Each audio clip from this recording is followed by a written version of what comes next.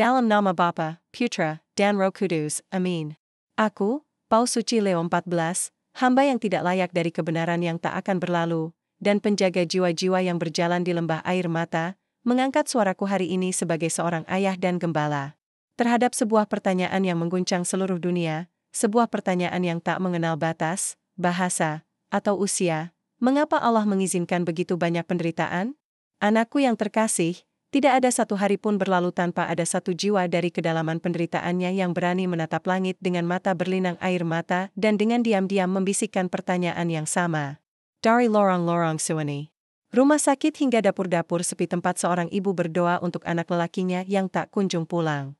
Dari kuburan yang masih basah tempat duka masih menyala, hingga kamar-kamar gelap tempat depresi menyamar sebagai kesunyian. Pertanyaan itu bergema seperti gema universal, di mana Engkau, Tuhan, saat aku paling membutuhkan MU, dan aku tidak datang hari ini untuk memberimu penjelasan dingin atau penghiburan yang dangkal. Aku tidak datang untuk menawarkan jawaban-jawaban yang mudah, karena penderitaan yang sejati tidak diselesaikan dengan kata-kata yang terburu-buru, melainkan dengan tatapan yang tahu cara merenungkan misteri. Karena, terkasih dan setia, penderitaan itu adalah sebuah misteri, bukan hukuman seperti yang dikira banyak orang dalam kebingungan mereka, melainkan sebuah pintu yang sempit memang, tetapi juga kudus. Dan siapapun yang memasukinya, dengan mata jiwa yang terbuka akan menemukan bahwa ia tidak sendiri, bahwa ada pribadi lain yang telah lebih dulu melewati ambang itu, Yesus Kristus, pria penuh derita, yang akrab dengan penderitaan. Seperti dikatakan Injil Suci menurut Nabi Yesaya pasal 53, hari ini aku ingin berbicara kepadamu dari hati Sang Gembala yang baik, dari bagian paling dalam gereja, dari tempat di mana keluh kesah umat manusia naik bagaikan dupa ke langit yang tinggi. Karena banyak yang percaya bahwa iman Kristen adalah pelarian dari rasa sakit. Tapi tidak. Iman Katolik bukanlah obat bius. Ia adalah pelita yang menyala di tengah penderitaan. Ia adalah salib yang tidak dihindari, melainkan dipeluk dengan pengharapan. Ia adalah jawaban yang tidak membungkam tangis, melainkan memberinya makna, karena dalam penderitaan, jiwa berhenti berlari dan mulai mendengarkan. Dalam penderitaan, jiwa melepaskan diri dari dunia dan mulai mencari yang kekal. Dan di tanah yang gersang itulah Tuhan menanam benih-benih yang hanya akan tumbuh di bawah embun air mata. Aku masih ingat jelas kata-kata seorang putri tua yang setia pada gereja, yang setelah kehilangan suaminya menuliskan kepadaku, Bapa Suci, aku merasa Tuhan mencabik separuh jiwaku, tetapi aku juga merasa mendengar suaranya lebih jelas dari sebelumnya. Bukankah ini kesaksian hidup akan misteri itu? Ketika dunia mengambil segalanya darimu, Tuhan bisa masuk dengan seluruh kasih-Nya. Penderitaan bukanlah sesuatu yang asing. Bagi kekristenan, kita bukan gereja yang dibangun di atas kenyamanan, tetapi di atas salib, salib suci. Di atasnya, Kristus tidak lari dari penderitaan. Ia memeluknya. Ia tidak menolaknya. Ia menebuskannya. Ia tidak menghukumnya. Ia mengubahnya menjadi jembatan menuju kebangkitan. Dan itulah pusat pengharapan kita, bukan bahwa rasa sakit akan lenyap, tetapi bahwa di dalam Kristus, penderitaan memiliki tempat dalam rencana kasih abadi. Perawan Maria, Bunda kita yang tersuci, juga mengenal jurang itu. Air matanya tidak kalah manusiawi dari air matamu. Ia menangis di kaki salib saat melihat putranya, yang tak berdosa, yang suci, anak domba tanpa noda, ditikam karena dosa-dosa kita. Dan dalam tangisan itu, Maria bukan hanya Bunda Sang Penebus, ia juga Bunda penderitaan. Itulah sebabnya ia memahami penderitaanmu seperti tak seorang pun dapat mengerti. Dan itulah mengapa ketika segalanya tampak runtuh, di bawah mantelnya lah kita menemukan perlindungan. Jangan takut untuk menangis. Jangan takut untuk bertanya. Jangan takut untuk membuka hatimu yang terluka.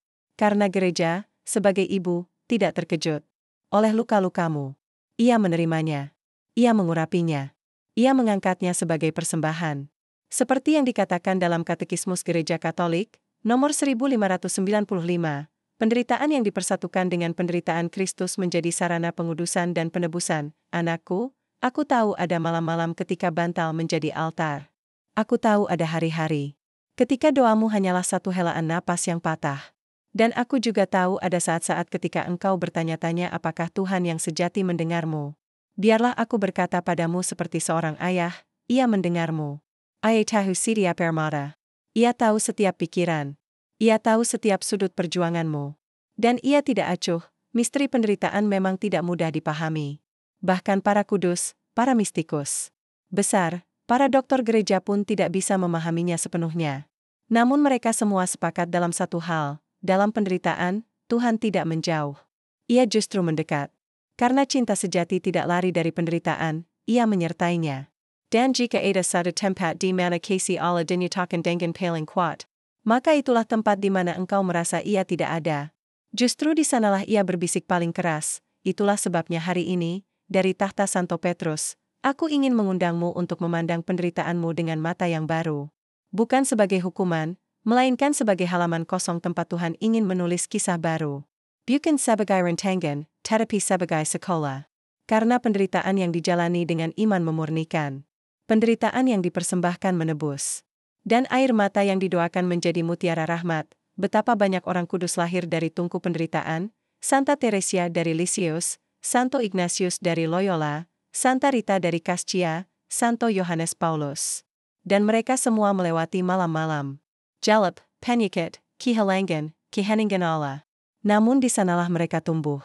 Di sanalah mereka menemukan panggilan mereka. Di sanalah mereka menjadi terang bagi sesama, dan tahukah kamu mengapa?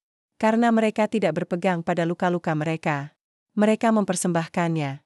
Mereka mengubahnya menjadi altar. Dan dari altar itu Kristus bersinar. Umat terkasih, aku ingin memberitahumu sesuatu yang mungkin belum pernah kau dengar dengan jelas. Air matamu tidak sia-sia. Tidak ada satu tetes air mata pun yang dicurahkan dengan kasih yang akan hilang. Surga mengumpulkannya. Para malaikat menjaganya. Dan Kristus, imam besar kita, sendiri yang mengubahnya menjadi rahmat bagimu dan bagi dunia. Seperti yang dikatakan Santo Paulus dalam surat kedua kepada jemaat di Korintus, pasal 1 ayat 4, ia menghibur kita dalam segala penderitaan kita, supaya kita pun dapat menghibur mereka yang menderita. Hari ini, lebih dari sebelumnya, gereja membutuhkan penderitaanmu yang dipersembahkan. Penebusan dunia tidak diselesaikan hanya dengan kata-kata, tetapi juga dengan salib yang dipanggul dalam keheningan, dengan rasa sakit yang tersembunyi, dengan pengorbanan yang dirahasiakan, dengan kesabaran heroik dari mereka yang tetap mengasihi di tengah kehidupan. Bukan seperti inilah dunia diselamatkan. Bukan seperti inilah Kristus mengalahkan dosa. Kamu tidak sendiri. Kamu tidak sendiri. Persekutuan para kudus mengelilingimu, Maria memelukmu. Rosario yang kamu dokan dengan tangan jematar tidak jatuh ke dalam kehidupan. Setiap salam Maria adalah jema dalam kekekalan. Setiap doa Bapa kami adalah seruan kepercayaan. Dan meskipun kamu merasa tidak merasakan apa-apa, bahkan jika tampaknya Tuhan hanya memberi keheningan, ingatlah ini, keheningan Tuhan bukanlah ketidakhadiran, melainkan kedalaman, penantian, dan persiapan untuk sesuatu yang lebih besar. Dan sebagaimana malam mendahului fajar, demikian pula penderitaan mendahului kemuliaan, bukan aku yang mengatakannya, melainkan Kristus sendiri dalam Injil suci menurut Santo Yohanes pasal 16 ayat 20. Kamu akan menangis dan berduka cita, tetapi duka citamu akan berubah menjadi sukacita.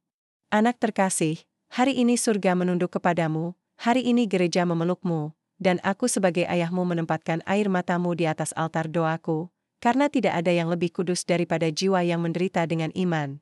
Dan tidak ada jalan yang lebih pasti menuju hari Allah daripada jalan yang dilalui dengan kaki terluka namun mata tertuju pada kekekalan. Kamu tidak mengalami penderitaan ini secara kebetulan. Kamu sedang dipersiapkan. Kamu sedang dimurnikan.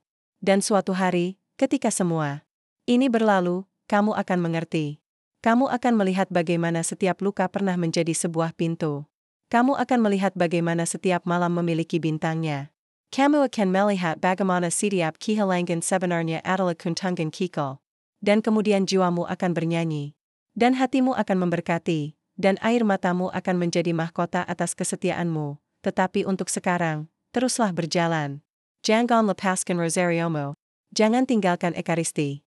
Jangan tutup hatimu. Karena Tuhan masih bekerja bahkan ketika kamu tidak melihatnya, terutama ketika kamu tidak melihatnya. Dalam momen rahmat ini, aku berharap hatimu terbuka bagaikan tabernakel yang sunyi, agar cahaya kebenaran dapat masuk. Karena jika dalam permenungan pertama kita merenungkan penderitaan sebagai misteri dan pintu, sekarang kita harus turun ke mata air tempat Injil-Injil suci dan ajaran kekal gereja mengungkapkan kedalaman air dari misteri itu, segala sesuatu yang dinyatakan iman tentang penderitaan lahir dari pandangan Kristus yang disalibkan dan bangkit. Dan di sana, Setiap air mata manusia tidak hanya menemukan penghiburan, tetapi juga makna dan misi. Anak terkasih, izinkan aku memulainya dengan menggenggam tangan gemetar Ayub, orang benar yang diceritakan oleh kitab suci dalam kitabnya yang diberkati. Kita melihat bahwa setan melukai dagingnya, menutupi tubuhnya dengan borok, kematian mengintai anak-anaknya, dan kemiskinan merampas segalanya darinya. Namun Ayub tidak mengutuk Tuhan. Ia mempertanyakan. Ia menangis. Ia mengoyak jubahnya sebagai tanda berkabung. Tetapi ia tidak meninggalkan kepercayaannya. Ia adalah gambaran muda dari seluruh umat manusia yang tenggelam dalam samudra pertanyaan. Dramanya mengungkapkan bahwa hidup orang beriman tidak bebas dari ujian dan bahwa keadilan manusia bukanlah tolak ukur dari kebijaksanaan ilahi. Di akhir kisah, Tuhan menjawab dari angin puyuh, bukan dengan risalah filsafat, melainkan dengan epifani keagungannya.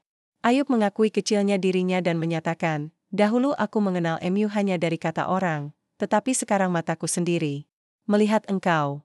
Disinilah kunci pertama. Penderitaan membuka mata jiwa untuk melihat Tuhan dengan lebih murni. Pemahaman ini mencapai kepenuhannya ketika kita mengarahkan pandangan pada Anak Domba yang menghapus dosa dunia.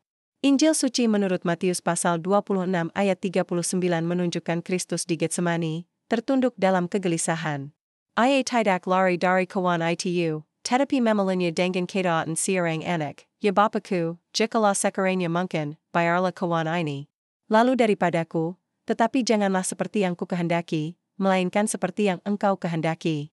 Di sana kita merenungkan bagaimana putra kekal memeluk penderitaan untuk menebusnya dari dalam. Ia tidak menghancurkannya dengan kuasa maha kuasanya. Ia mengubahnya, menguduskannya, menjadikannya liturgi penyelamatan. Di atas salib, penderitaan menjadi altar, dan darah yang tercurah menjadi sumber kehidupan baru. Konsili Vatikan II, dalam Konstitusi Pastoral Gaudium et Spes, menegaskan bahwa misteri manusia hanya dijelaskan dalam terang sabda yang menjelma. Wahyu ini menyiratkan bahwa masalah penderitaan tidak bisa dipisahkan dari pribadi Yesus Kristus. Siapapun yang mencoba menjelaskan penderitaan di luar salib akan berakhir dalam keputusasaan atau mengeraskan hati. Sebaliknya, siapa yang merenungkan Kristus yang tersalib akan menemukan bahwa kasih ilahi sanggup memikul segala kejahatan demi membuka masa depan kebangkitan. Santo Paulus, guru bangsa-bangsa, berbicara kepada kita tentang paradoks ini dalam surat kepada jemaat di Roma pasal 8 ayat 18, penderitaan zaman sekarang ini tidak dapat dibandingkan dengan kemuliaan yang akan dinyatakan kepada kita. Rasul tidak mengecilkan luka, tetapi menempatkannya di bawah cahaya harapan. Baginya, penderitaan adalah kelahiran yang mengerang sampai ia melahirkan penebusan yang sempurna, dan dalam surat kepada jemaat di Kolos pasal 1 ayat 24, Santo Paulus menambahkan pernyataan yang mengejutkan, "Sekarang aku bersukacita karena penderitaanku karena kamu, dan melengkapi dalam dagingku apa yang kurang dalam penderitaan Kristus, untuk tubuhnya, yaitu gereja." Ini tidak berarti bahwa sengsara Kristus kurang efektif. Ini berarti bahwa kuasa penebusannya ingin diperpanjang dalam diri kita, sehingga setiap air mata yang dipersembahkan ikut ambil bagian dalam sungai besar keselamatan. Pengajaran ini tumbuh subur dalam spiritualitas banyak orang kudus. Santa Teresa dari Avila, yang dilanda penyakit dan fitnah, berkata bahwa salib memberi sebanyak yang ia beratkan. Santo Fransiskus dari Assisi memeluk para penderita kusta dan mencium luka-luka mereka, melihat dalam mereka wajah Sang Juru Selamat yang menderita. Santo Yohanes Paulus II, dalam surat apostolik Salvifici Doloris, dengan penuh semangat mengembangkan teologi partisipasi ini. Penderitaan yang dipersatukan dengan kasih menjadi kekuatan yang membebaskan dari kejahatan dan membangun kebaikan. Ia sendiri, yang terbaring karena penyakit Parkinson, menjadi kesaksian hidup bahwa kerapuhan bisa berkhotbah lebih kuat daripada semangat kaum muda. Tetapi bagaimana menyelaraskan cakrawala supernatural ini dengan ketidakadilan yang kadang kita alami? Inilah kunci kedua, kebebasan manusia adalah karunia yang luar biasa besar, dan sekaligus risiko yang menggentarkan. Tuhan tidak menciptakan robot. Ia menganugerahi kita kehendak yang mampu mengasihi atau melukai. Dosa asal telah memecah keharmonisan dan membuka pintu bagi penderitaan yang sebelumnya tidak ada dalam rencana awal. Namun, penyelenggaraan ilahi Sang Bapa begitu kuat, sehingga bahkan ketika makhluk menderita, ia mampu merajut belas kasih dengan benang-benang yang telah putus. Nabi Hosea, pasal 11 ayat 8, menggema di dalam hati ilahi, "Bagaimana mungkin aku meninggalkanmu, hai Efraim? Hatiku terjerak di dalamku." Tuhan tidak pernah menyerah untuk mengubah sejarah menjadi jalan menuju persekutuan yang abadi. Kunci Ketiga muncul dari sakramen-sakramen, tempat salib dihadirkan dan rahmat menembus daging yang terluka. Pengurapan orang sakit menyatakan bahwa Kristus tidak hanya menopang mereka yang menderita, tetapi masuk ke dalam batin mereka untuk mengubah penderitaan menjadi persembahan. Pengakuan dosa memiliki damai bagi mereka yang telah menyebabkan penderitaan bagi orang lain, dengan mengkirakan darah anak domba ku atas rasa bersalah. Dan Ekaristi Maha Kudus, sumber dan puncak, menempatkan dalam mulut kita Kristus yang sama yang telah menderita. Roti hidup yang turun dari surga menguatkan serat-serat terdalam kita agar kita mampu memikul salib dengan martabat dan pengharapan. Kita tidak boleh melupakan dimensi komunitas dari penderitaan. Dalam keterasingan, penderitaan menjadi tak tertahankan. Namun ketika dibagikan dalam gereja, ia menjadi penebusan. Santo Lukas pasal 10 ayat 34 menceritakan bagaimana orang Samaria yang baik membalut luka dan menuangkan minyak dan anggur. Perumpamaan itu mengundang setiap orang yang telah dibaptis untuk menjadi balsam, mengubah ketidakpedulian dunia menjadi belas kasih yang nyata. Disinilah doktrin sosial gereja bersinar, setiap rumah sakit, setiap karya amal, setiap air mata. Yang dihapuskan adalah perpanjangan dari tangan Kristus dan kesaksian bahwa penderitaan tidak akan pernah memiliki kata terakhir. Dalam saat sejarah ini, ketika perang, penyakit, dan kemiskinan mencabik-cabik seluruh bangsa, Gereja Kudus dipanggil untuk mewartakan dengan suara yang jelas bahwa penderitaan manusia adalah tanah yang suci, tempat sabda menjadi daging kembali. Paus Benediktus XVI menekankan bahwa siapa yang menyingkirkan Tuhan, menyingkirkan harapan. Maka misi kita adalah mewartakan bahwa harapan tetap tumbuh bahkan di rumah-rumah sakit lapangan, di ladang yang hancur, dan di hati yang remuk, bukan untuk menghapus semua penderitaan dari bumi, tetapi untuk menyalakan di tengahnya api yang tak dapat dipadamkan. Sekarang, renungkanlah Maria di kaki salib. Stabat Mater. Ia tidak memahami dengan logika manusia, tetapi ia tetap tinggal. Konsili Vatikan II, dalam Lumen Gentium, menyebutnya sebagai rekan yang istimewa dalam karya penyelamat. Ia tidak menambahkan apapun pada kecukupan Kristus, tetapi fiat keibuannya memungkinkan rahmat untuk menyerbu sejarah. Ketika kamu berdoa rosario, setiap salam Maria bagaikan mawar yang meletakkan harumnya ke dalam luka-luka dunia. Di bawah mantelnya, kegelisahan menjadi doa dan keputusasaan menemukan kelembutan. Izinkan aku berbicara secara khusus kepada para ibu yang menangisi anak-anak mereka yang kecanduan narkoba, kepada para ayah yang berjaga di samping ranjang rumah sakit, kepada para remaja yang diliputi kecemasan, dan kepada para lansia yang merasa hidup mereka tak lagi bernilai. Anakku, salibmu bukanlah tanda penolakan, melainkan tanda pilihan istimewa. Kristus mengundangmu pada kerasulan yang tersembunyi, lebih kuat dari 1000 khotbah. Kerasulan mempersembahkan penderitaanmu sendiri demi pertobatan dunia. Ketika kamu melakukan ini, kamu bersatu dengan kurban Ekaristi dan menjadi altar yang hidup. Saudara-saudara imam, ingatlah bahwa setiap kali kita melayani sakramen bagi orang sakit, kita ambil bagian dalam liturgi yang paling agung. Setiap kali kita mengangkat piala, di dalamnya terpusat penderitaan umat manusia. Janganlah kita merayakannya sebagai pegawai sipil, tetapi sebagai para pelayan kasih yang membantu Kristus memanggul salib. Para muda terkasih, jangan takut akan kelemahan. Santo Paulus mengaku bahwa ia memiliki duri dalam daging, dan Tuhan menjawab, Kekupla kasih karuniaku bagamu, sebab dalam kelemahanlah kuasaku menjadi sempurna. Generasimu, yang begitu haus akan keaslian, akan menemukan kekuatan Injil justru ketika ia melihat orang-orang Kristen yang memeluk sakit tanpa kehilangan sukacita. Dan kepada kamu yang mendengarkan aku dari penjara depresi, aku ingin mengulang kata-kata Padre Pio kepada anak-anak rohaninya, semakin besar pencobaan, semakin besar pula rahmat yang menyertainya. Jangan lepaskan tangan Bunda Maria. Ia akan mengubah setiap malam gelap menjadi fajar. Sekarang aku ingin, dengan kerendahan hati sebagai seorang anak, membangkitkan janji dari kitab Wahyu menurut Santo Yohanes pasal 21 ayat 4, dan Allah akan menghapus segala air mata dari mata mereka, dan maut tidak akan ada lagi.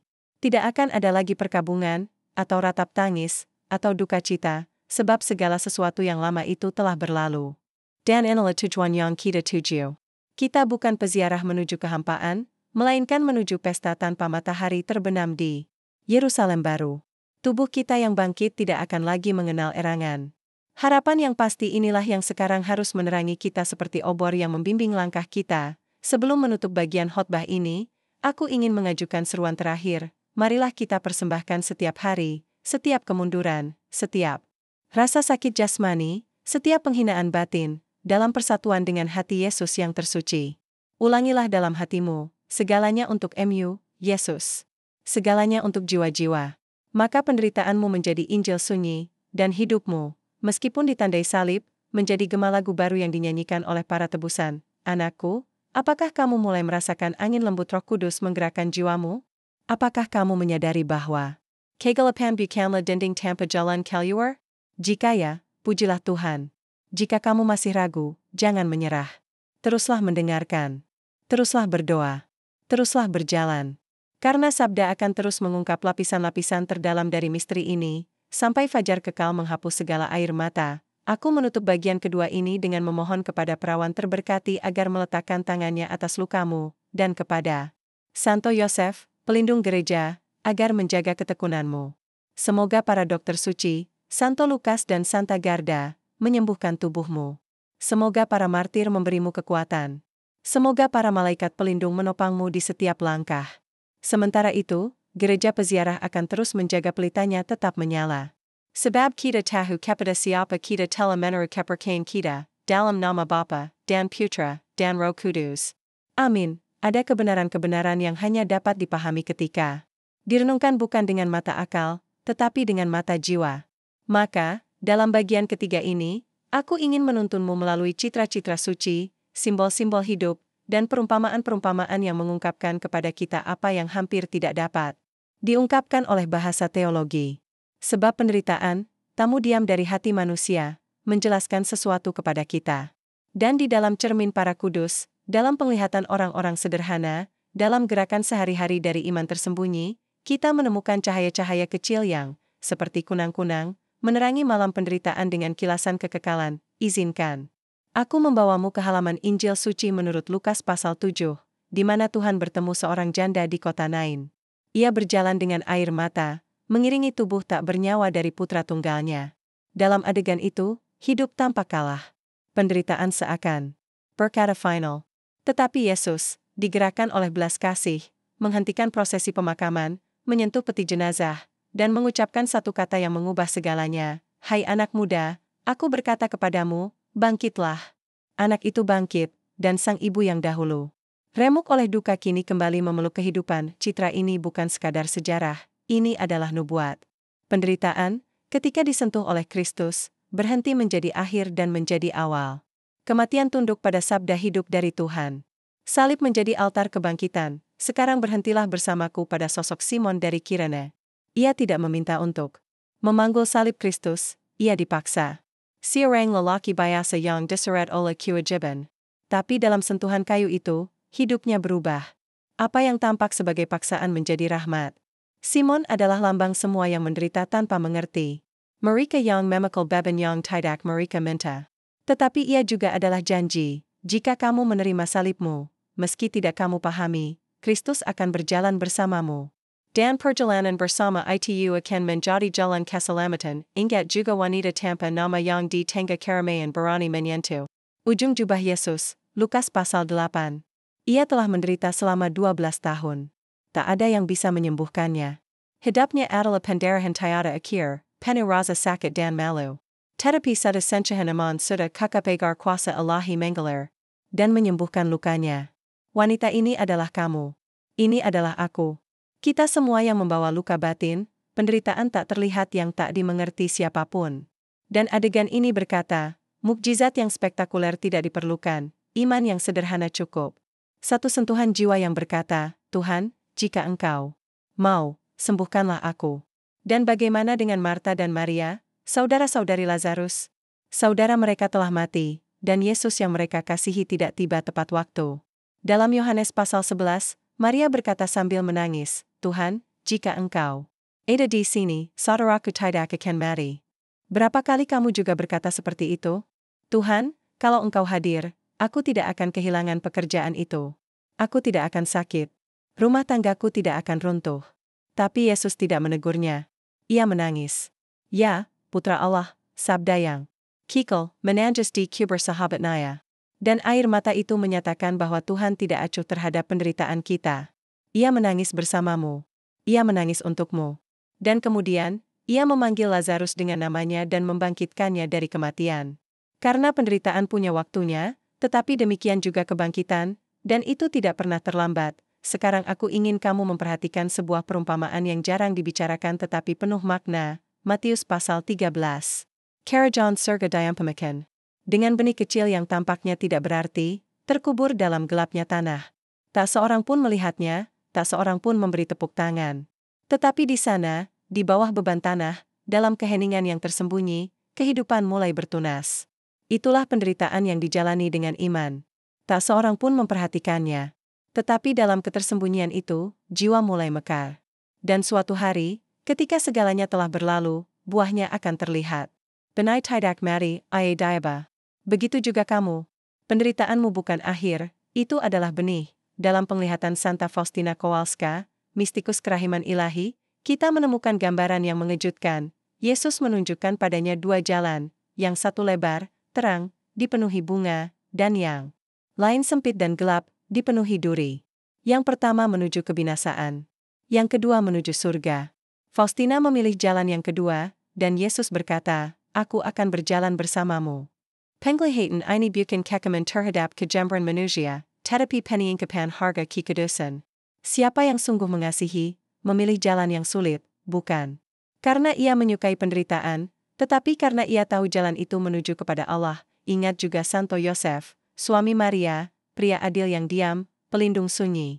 Ia tidak mengucap satu kata pun dalam Injil, tetapi hidupnya adalah ziarah penuh pengorbanan. Ia melarikan diri ke Mesir, bekerja tanpa lelah, hidup dalam ketidakpastian, namun menjadi penjaga penebus. Dalam sosoknya, kita menemukan bahwa tidak perlu memahami segalanya untuk menggenapi kehendak Allah. Cukup taat dalam hal-hal kecil. Maka penderitaan harian, kelelahan sunyi, menjadi mahkota kemuliaan. Izinkan aku juga membagikan kisah nyata dari seorang misionaris di Afrika. Ia menceritakan tentang seorang anak kecil yang kehilangan orang tuanya karena perang. Anak itu setiap hari pergi ke kapal, berlutut di hadapan tabernakel, dan hanya mengucap 3 kata, "Yesus, aku di sini." Ia tak pernah meminta apa-apa, ia hanya menyerahkan dirinya. Waktu berlalu, anak ini sembuh secara batin, belajar mengampuni, menjadi katekis, dan saat dewasa, menerima imamat.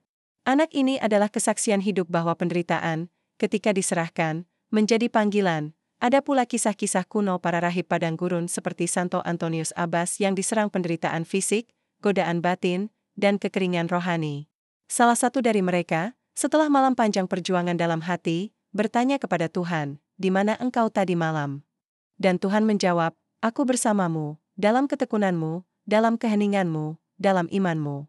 Kisah ini mengingatkan kita bahwa surga tidak selalu menjawab dengan mukjizat, tetapi selalu menjawab dengan kehadiran. Aku juga tak bisa mengabaikan air mata Bunda Maria di La Salette, di Fatima. Di sana Maria menampakkan diri sambil menangis, bukan sebagai tontonan, melainkan sebagai pesan. Air matanya adalah cermin dari air mata kita.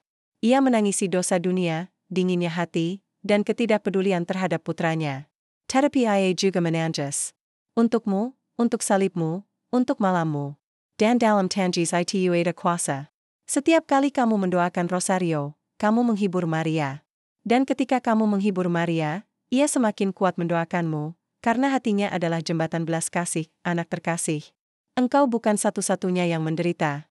Setiap hari, jiwa-jiwa tersembunyi di biara, rumah sakit, dan medan perang mempersembahkan penderitaan mereka untukmu. Mereka adalah Simon dari Kirene yang tak terlihat di dunia ini. Dan di surga, pengorbanan mereka akan menjadi melodi kekekalan. Yang mulia, jangan hinakan salibmu. Jangan bandingkan dengan orang lain. Salibmu unik, dirancang dengan kasih, ditakar dengan hikmat, dipeluk demi Kristus, dan sekarang, izinkan aku memberimu satu gambaran terakhir. Di sebuah paroki pedesaan, seorang imam menempatkan salib kosong di altar, tanpa tubuh Yesus. Seorang anak kecil mendekat dan bertanya, "Mengapa salib itu kosong?" Sang imam menjawab, "Agar kita dapat meletakkan tubuh kita sendiri di sana, duka kita, pergumulan kita. Kristus masih disalibkan dalam diri masing-masing dari kita. Altar itu adalah kamu. Salib itu adalah kamu. Dan jika kamu bersatu dengan Kristus, kamu tidak lagi menderita secara sia-sia, kamu menderita secara penebusan." Perumpamaan-perumpamaan, simbol-simbol, dan penglihatan-penglihatan ini bukanlah sastra rohani semata. Ini adalah jendela-jendela. Dan ketika kamu melihat melaluinya, kamu akan melihat bahwa surga tidak jauh, bahwa penderitaanmu bukanlah skandal, melainkan benih. Bahwa salibmu bukanlah kehancuran, tetapi penebusan. Bahwa kisahmu, meski masih ditandai oleh luka, sedang ditulis oleh tangan kasih Allah, anakku yang terkasih. Setelah merenungkan akar-akar kitab suci dan berjalan melalui jalan simbolis di mana penderitaan menjadi benih kekekalan, tibalah saat suci untuk menurunkan wahyu ini ke tanah kehidupan sehari-hari, di mana Injil harus menjelma dalam tindakan. Nyata, Kessel, dan Penukatakunan. Sebab, tak ada gunanya memahami misteri ini jika setelah khotbah ini berakhir, kita masih hidup dengan hati yang suam-suam kuku atau pasrah tanpa iman. Injil tidak diberikan kepada kita untuk dikagumi dari kejauhan, tetapi untuk dimakan seperti roti hidup, untuk diminum seperti anggur yang menyegarkan jiwa, agar ia mengalir dalam pembuluh darah kita dan memperbarui setiap detak jantung dengan oksigen dari surga. Itulah sebabnya dalam bagian keempat ini aku ingin memberimu alat-alat rohani yang akan mengubah penderitaanmu menjadi persembahan yang berbuah, dan seluruh hidupmu, yang masih ditandai oleh luka, menjadi ikon harapan yang nyata di hadapan dunia yang sekarat karena kehausan. Izinkan aku memulai dengan mengingatkanmu akan sesuatu yang mendasar. Rahmat tidak membatalkan kodrat, tetapi menyembuhkannya, mengangkatnya, dan menyempurnakannya. Ini berarti bahwa penderitaan emosional, fisik, moral, dan sosialmu tidak akan secara ajaib lenyap ketika kamu meninggalkan homili ini, tetapi semuanya dapat ditransfigurasikan jika kamu memasukkannya ke dalam hati Ekaristi Kristus. Ayat tidak meniadakan salib, ia memenuhi salib itu dengan kebangkitan. Jadi, penerapan praktis yang pertama adalah menumbuhkan pandangan ekaristis atas segala sesuatu yang kamu alami. Setiap fajar, sebelum membuka media sosial atau menyalakan berita, bukalah jiwamu seperti patena dan ucapkan, Tuhan Yesus, Engkau yang adalah roti yang dipecah dan darah yang dicurahkan. Ambillah hari baru ini dengan semua dukanya dan sukacitanya, dan kuduskanlah dalam kasih MU. Lalu saat malam tiba, berlututlah kembali dan kenanglah jam-jam harimu dengan kasih. Tanyakan pada dirimu, di mana aku bisa mempersembahkan sesuatu? Hari ini? Di mana aku kehilangan kesabaran? Di mana lukaku terasa makin perih? Jadikan pemeriksaan batinmu perpanjangan sunyi dari liturgi, karena dalam dialog intim itu, Roh Kudus mensterilkan hati, menyingkirkan kuman kepahitan, dan menaburkan ragi syukur. Aku menyarankan, sejauh mungkin, hadirilah misa kudus harian. Aku tahu banyak yang akan berkata, Romo, saya bekerja sepanjang hari, saya tinggal jauh dari gereja, saya hampir tidak punya tenaga untuk pulang. Aku mengerti kenyataanmu. Maka jika setiap hari tidak memungkinkan, setidaknya pilihlah satu hari ekstra dalam seminggu selain minggu, dan ubahlah itu menjadi osis rohanimu. Kamu akan melihat Tuhan akan melipat gandakan waktumu seperti Ia melipat gandakan roti, dan Ia akan memberimu keyakinan bahwa tidak ada yang menopang jiwa yang terluka seperti kehadiran nyatanya yang diterima dengan kerendahan hati, jika bahkan itu pun tidak memungkinkan, bersatulah secara rohani dengan banyak orang sakit yang menerima komuni secara batiniah.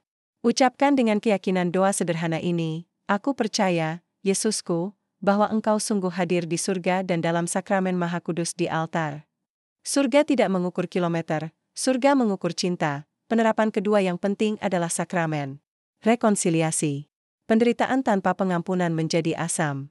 Penderitaan yang didamaikan menjadi balsam. Mungkin salibmu berasal dari dosamu sendiri yang kini kamu sesali. Mungkin berasal dari dosa orang lain yang masih bernanah dalam ingatanmu. Dalam kedua kasus, pengakuan dosa adalah ruang bedah ilahi, tempat sang ahli bedah surgawi mengangkat racun dendam dan menjahitnya kembali dengan belas kasih. Detanglah kepada Bapa Pengakuan seperti anak Kessel yang jujur. Jangan takut menunjukkan lukamu. Imam bukanlah hakim kejam, melainkan Gema Kristus yang berkata, bangkitlah dan berjalanlah. Siapa yang mengaku dosa, mengusir musuh rasa bersalah, dan memberi ruang bagi damai yang tidak bisa diberikan oleh dunia. Penerapan ketiga, Rosario sebagai napas jiwa. Aku telah mengatakannya dan akan mengulanginya, setiap salam Maria adalah setetes minyak dalam pelita harapan.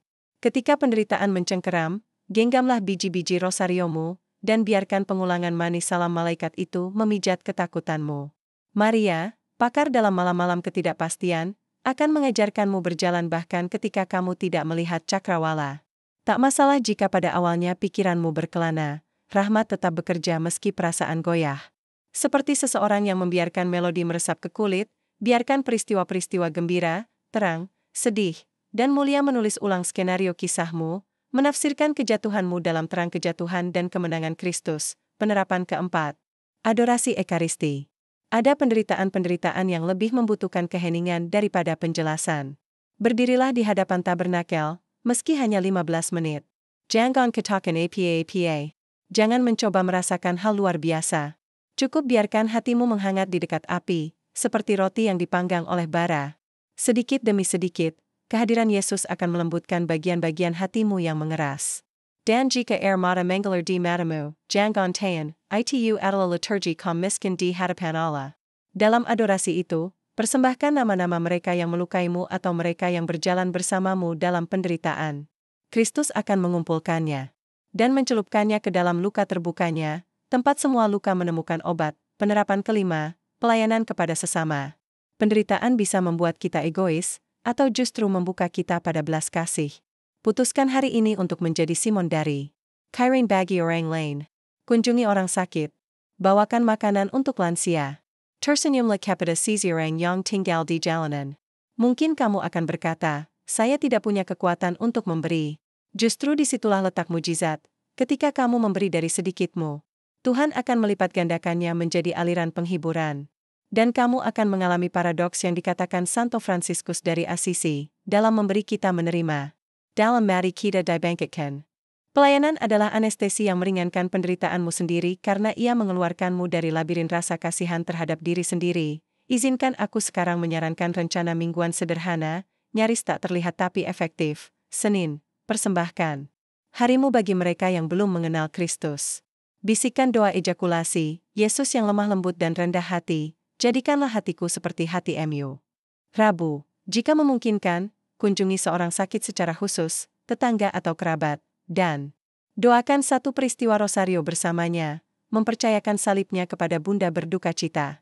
Jumat, berpuasalah setidaknya 1 kali makan, menyatukan penyangkalan kecilmu dengan Jumat Agung yang menyelamatkan dunia. 3 praktik kecil ini, jika dijalani terus-menerus, akan mengukir geografi sengsara dalam jiwamu, tempat rasa sakit berhenti. Menjadi monster dan menjadi peta menuju Paskah. Mari kita lanjut ke bidang penerapan lain, Lectio Divina. Ambillah satu potongan kitab suci setiap hari, mungkin Mazmur 23, atau, ya Bapa, ke dalam tangan Mu kuserahkan nyawaku. Bacalah perlahan hingga satu kata menyala. Biarkan percikan itu menerangi ruangan batin tempat kamu menyimpan dukamu. 10 menit bahkan lebih berharga daripada 1000 halaman yang dibaka tergisa-gisa. Sabda bukanlah ensiklopedia. Ia adalah pedang yang memisahkan kebohongan dari kebenaran batin. Setelah memotong, ia juga membakar dan menyembuhkan. Jangan lupakan komunitas paroki. Penderitaan suka mencari sudut sunyi untuk membisikkan bahwa tidak ada yang mengerti kamu. Patahkan kebohongan itu. Ikutilah kelompok doa, paduan suara kecil, atau pelayanan kasih. Berbagi salib dengan saudara-saudari yang juga berdarah akan mencegah jiwamu berkarat dalam keterasingan. Gereja adalah rumah sakit medan perang, seperti yang berulang kali dikatakan Paus Fransiskus. Di dalamnya, tongkat dibagikan dan perban disediakan secara cuma-cuma. Kini aku ingin berbicara secara khusus kepada pasangan suami istri yang menderita karena penyakit atau kemiskinan di rumah. Godaan yang muncul adalah menyalahkan pasangan, mengasingkan diri secara emosional, membiarkan keheningan membangun tembok. Aku mohon dalam nama Kristus, genggamlah tangan pasanganmu kembali, bahkan jika hatimu tidak merasa bersemangat. Doakan satu Bapa kami bersama sebelum tidur, bahkan jika kamu lelah, bahkan jika itu terasa rutin. Doa singkat ini adalah jembatan. Di atas jurang, pengingat bahwa sakramen perkawinan menjadikanmu penjaga saling terhadap luka satu sama lain.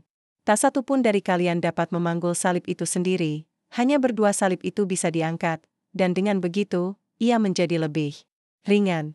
Aku juga berbicara kepada kalian, para kaum muda yang menderita karena kecemasan, depresi, atau kesepian digital. Anakku, aku tahu bahwa kalian hidup dikelilingi oleh layar yang memperbesar perbandingan dan ketakutan.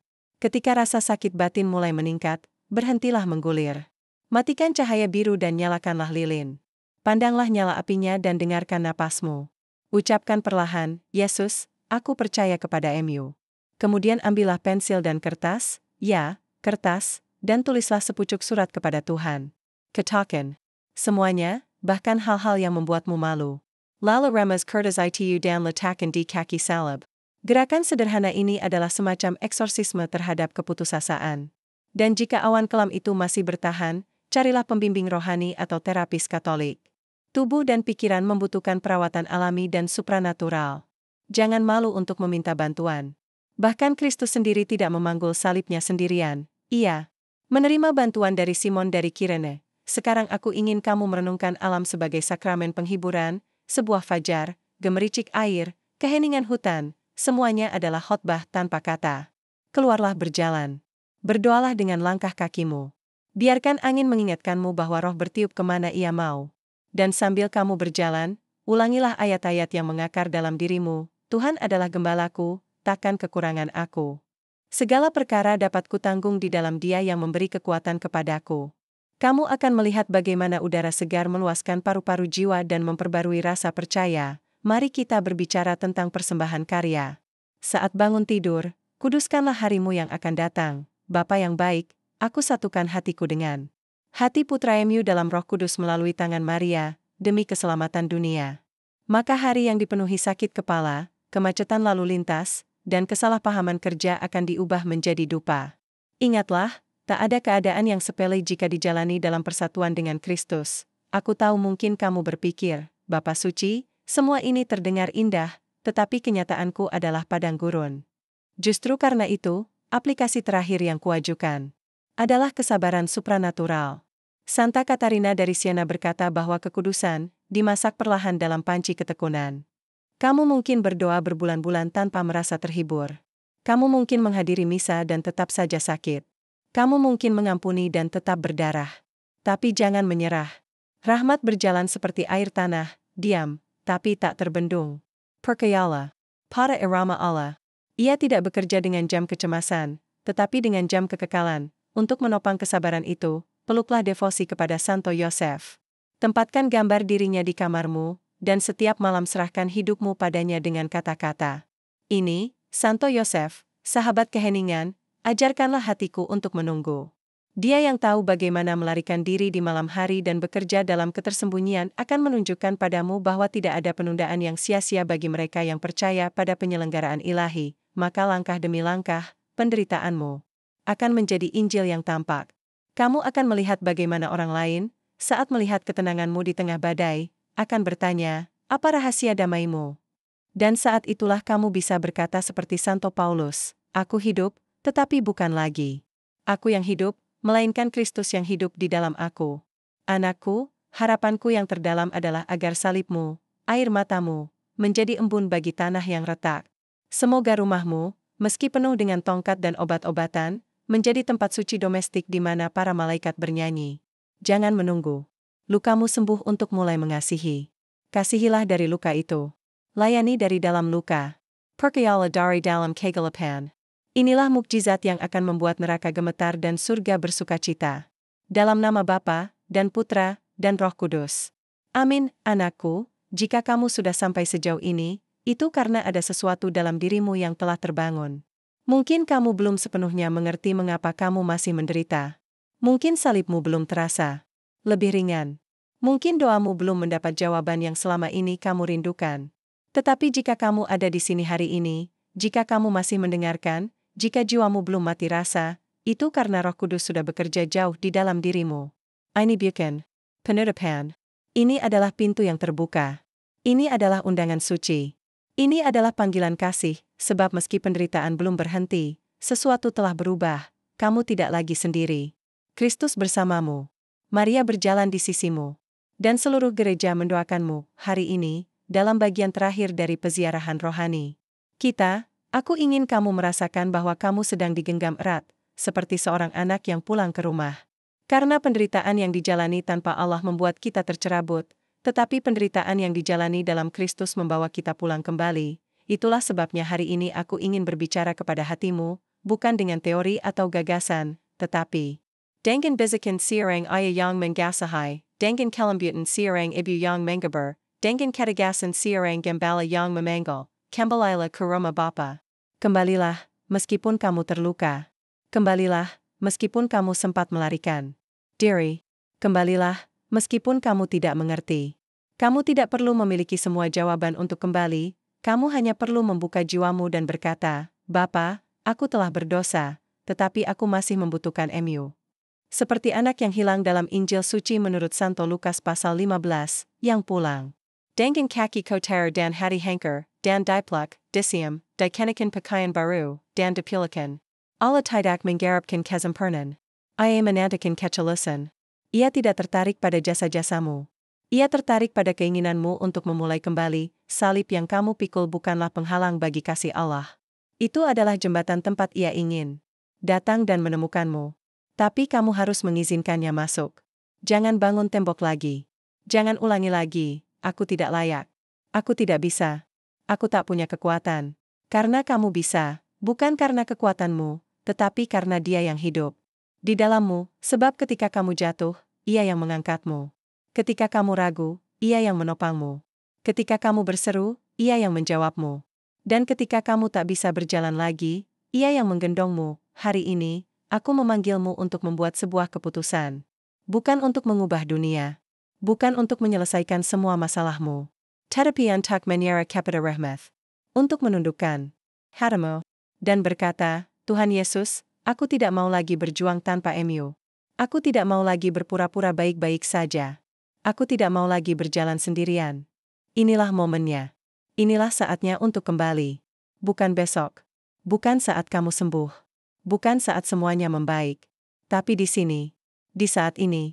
Saat kudus ini, tutup matamu dan pandanglah Dia yang disalibkan. Pandanglah Dia yang berdarah, ya, tetapi juga bersinar. Pandanglah Dia yang terpaku, ya, tetapi dengan tangan terbuka. Pandanglah Dia yang mati, ya, tetapi dengan mata yang telah menang, dan dengarkan suaranya. Ia tidak menghakimimu. Ia tidak menuduhmu. Ia tidak meremehkanmu. Ia memanggilmu dengan nama. Ia berkata, Datanglah kepadaku, kamu yang letih lesu dan berbeban berat. Aku akan memberikan kelegaan kepadamu.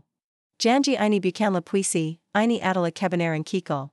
Dan jika kamu mempercayainya, jika kamu menjadikannya milikmu, segalanya akan mulai berubah. Aku mengundangmu, dari kedalaman jiwa pastoralku, untuk melakukan pengakuan dosa yang tulus dalam beberapa hari ke depan. Sujudlah di hadapan Kristus yang hadir dalam diri imam. Kosongkan hatimu. Lepaskan kepahitan. Serahkan dendam. Terimalah pengampunan. Bukalah dirimu bagi sukacita. Pengakuan dosa bukanlah pengginan, itu adalah kebangkitan. Dan di sanalah, dalam sakramen yang dilupakan banyak orang, jiwa menerima pelukan kekal yang tak dapat dihancurkan oleh luka apapun. Lalu kembalilah ke Ekaristi, bukan sebagai rutinitas, bukan sebagai tradisi, tetapi sebagai rasa lapar akan surga. Yesus menantimu di altar. Yesus mempersembahkan dirinya untukmu dalam setiap misa. Yesus memberimu tubuhnya, darahnya, jiwanya, dan kealahannya. Bagaimana mungkin kamu berpikir kamu sendirian, jika Ia menjadi makanan untukmu? Jangan lewatkan lagi komuni. Jangan biarlasan lagi. Jangan biarkan dunia mencuri harta itu darimu. Sebab dalam hosti yang dikonsekrasikan ada obat yang dibutuhkan hatimu. Terimalah, cintailah, sembahlah. Dan kamu akan melihat, meskipun salibmu tetap ada, jiwamu akan berjalan dengan sayap kebangkitan. Aku juga ingin memanggilmu untuk mengampuni. Ya, aku tahu ada luka yang tampak mustahil disembuhkan, pengkhianatan yang menandai masa kecil, penelantaran yang tak pernah disebutkan, luka yang lahir di rumah, di gereja, dalam pernikahan. Tetapi pengampunan bukan berarti melupakan. Pengampunan adalah berhenti membawa racun. Itu adalah menyerahkan pengakuan kepada Allah. Itu adalah berkata, Tuhan, aku tidak mampu mengasihi musuh ini, tetapi Engkau dapat mengasihinya di dalam diriku. Dan saat kamu melakukan ini, saat kamu melepaskan kebencian, jiwa mulai bernapas, salib menjadi ringan, dan hati yang seolah mati mulai berdetak dengan kekuatan baru. Mungkin kamu telah banyak menangis. Mungkin kamu bahkan tak punya air mata lagi. Mungkin kamu merasa Tuhan telah melupakanmu.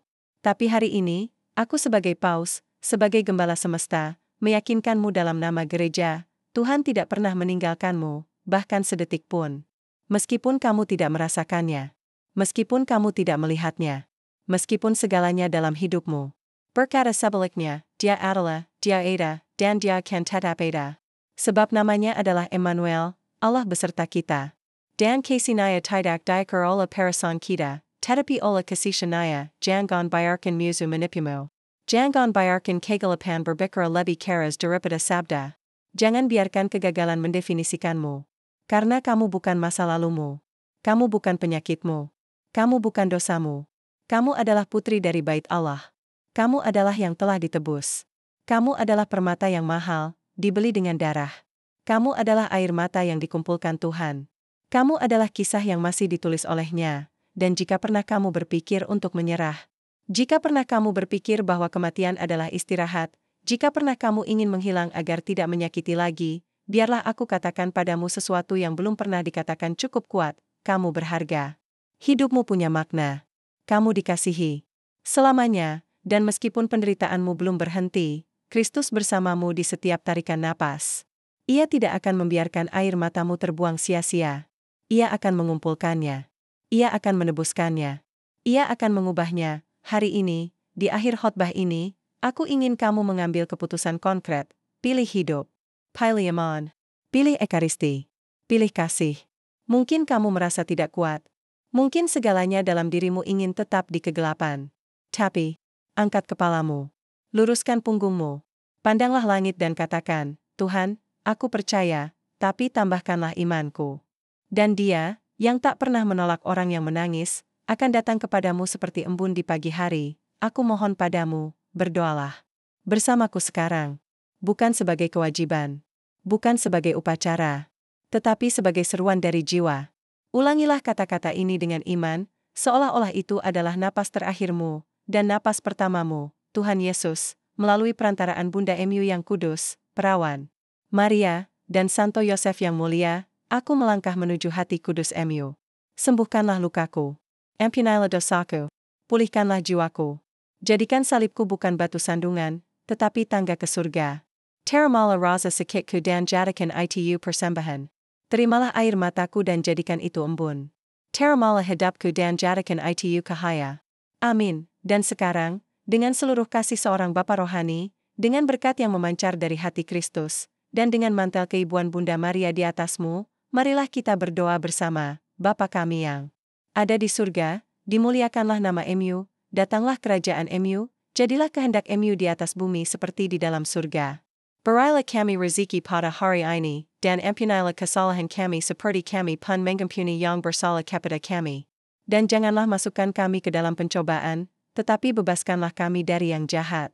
Amin. Salam Maria, penuh rahmat, Tuhan sertamu, terpujilah engkau di antara wanita dan terpujilah buah tubuhmu, Yesus. Santa Maria, Bunda Allah, doakanlah kami yang berdosa ini, sekarang dan waktu kami mati. Amin. Dan semoga berkat ini, yang diberikan dari altar kasih, menyertaimu hari ini dan selamanya. Semoga Tuhan memberkatimu dan melindungimu. Semoga Tuhan menyinari wajahnya kepadamu dan memberimu damai. Semoga Roh Kudus tinggal di hatimu. Dan semoga Santa Perawan Maria menaungimu dengan mantelnya sekarang dan sepanjang hidupmu, dalam nama Bapa, dan Putra, dan Roh Kudus. Amin. Anakku, pesan ini belum selesai. Mulailah sekarang, dengan menjalaninya. Dengan mempersembahkannya. Dan ingatlah, saat semuanya terasa gelap, cahaya Kristus masih menyala dalam dirimu, sampai kita bertemu lagi, berjalanlah dengan iman. Hiduplah dengan harapan. Kasihilah dengan hati yang terluka, tetapi terbuka menuju surga.